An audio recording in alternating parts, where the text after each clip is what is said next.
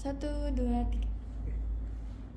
Ya, ini adalah sebuah elaborasi tentang narasi bagaimana koperasi itu seharusnya dibangun. Kita tadi sudah menyampaikan bahwa mengilustrasikan tentang menanam pohon, tentang pohon, di mana pohon kita pilih benih yang terbaik, lalu kita bisa tanam di tempat yang terbaik, yang subur, yang memiliki ruang yang luas untuk dia bisa bertumbuh lebat dengan seluruh buahnya yang kita harapkan menghasilkan sesuatu yang bermanfaat bagi banyak orang. Kita bisa menikmatinya. Begitu juga koperasi. Koperasi ini kita perlu menyiapkan benih-benih yang baik. Benih-benih yang baik ini tidak bisa serta-merta dan secara instan dihasilkan. Perlu suatu proses yang panjang.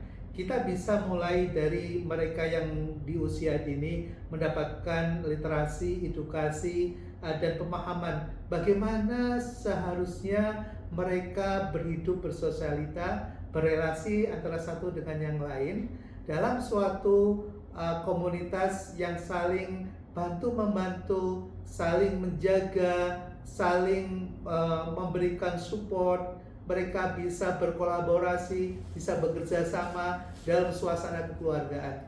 Dan ini yang sebetulnya dibangun oleh mereka di luar sana yang menyiapkan generasi mereka untuk bisa berkolaborasi dan bisa bekerja sama, memahami orang lain. Tidak sekedar hanya memahami dirinya sendiri, tapi memahami orang lain. Dan itulah konsep dasar dari koperasi yang kita mau bangun, yaitu dari individunya yang sudah disiapkan secara karakter, secara sosiologis, secara psikologis, dan mereka memiliki mindset yang benar tentang hidup bersama dengan orang lain. Nah, itu adalah awal benih yang kita mestinya siapkan dari rumah tangga dan dari rumah tangga dan dari sekolah.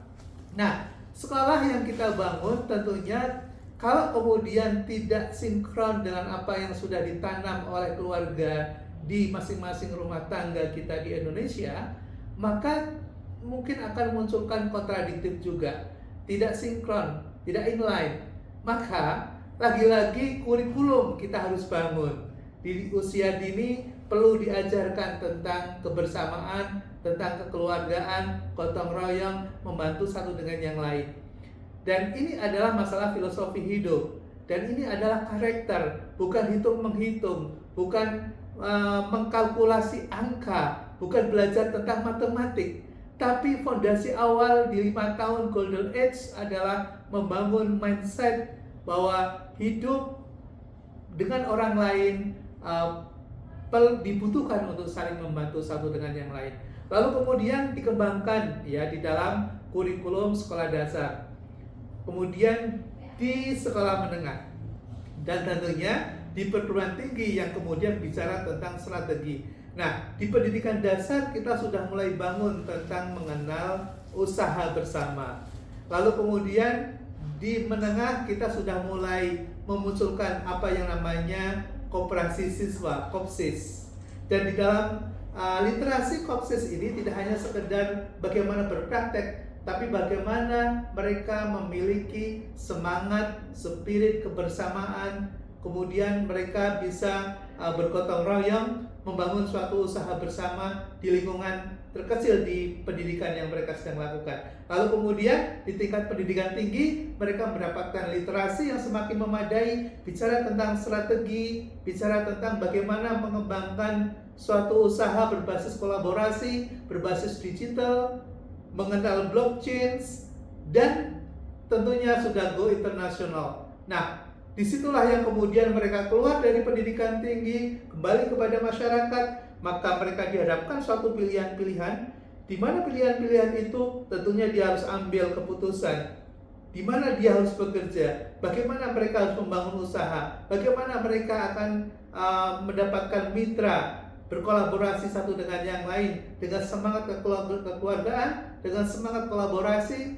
Nah, disitulah akan menentukan masa depan Indonesia 2045.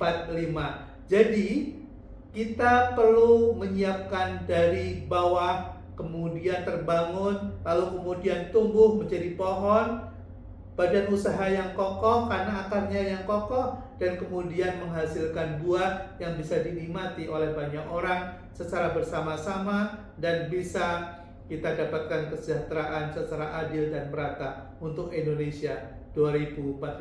Indonesia emas kita bisa bangun jika kita menyiapkan itu dari bawah dalam suatu konsep sistem perekonomian berbasis kekeluargaan dan kegotong royongan yang kita sebut dengan nama koperasi, rumah besar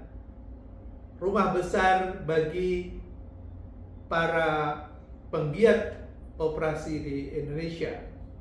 Jaya Koperasi 2045.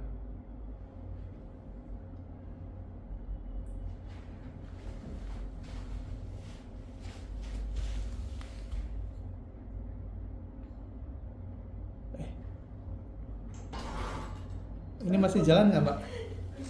Bener ada yang mau telepon. Iya. Sudah.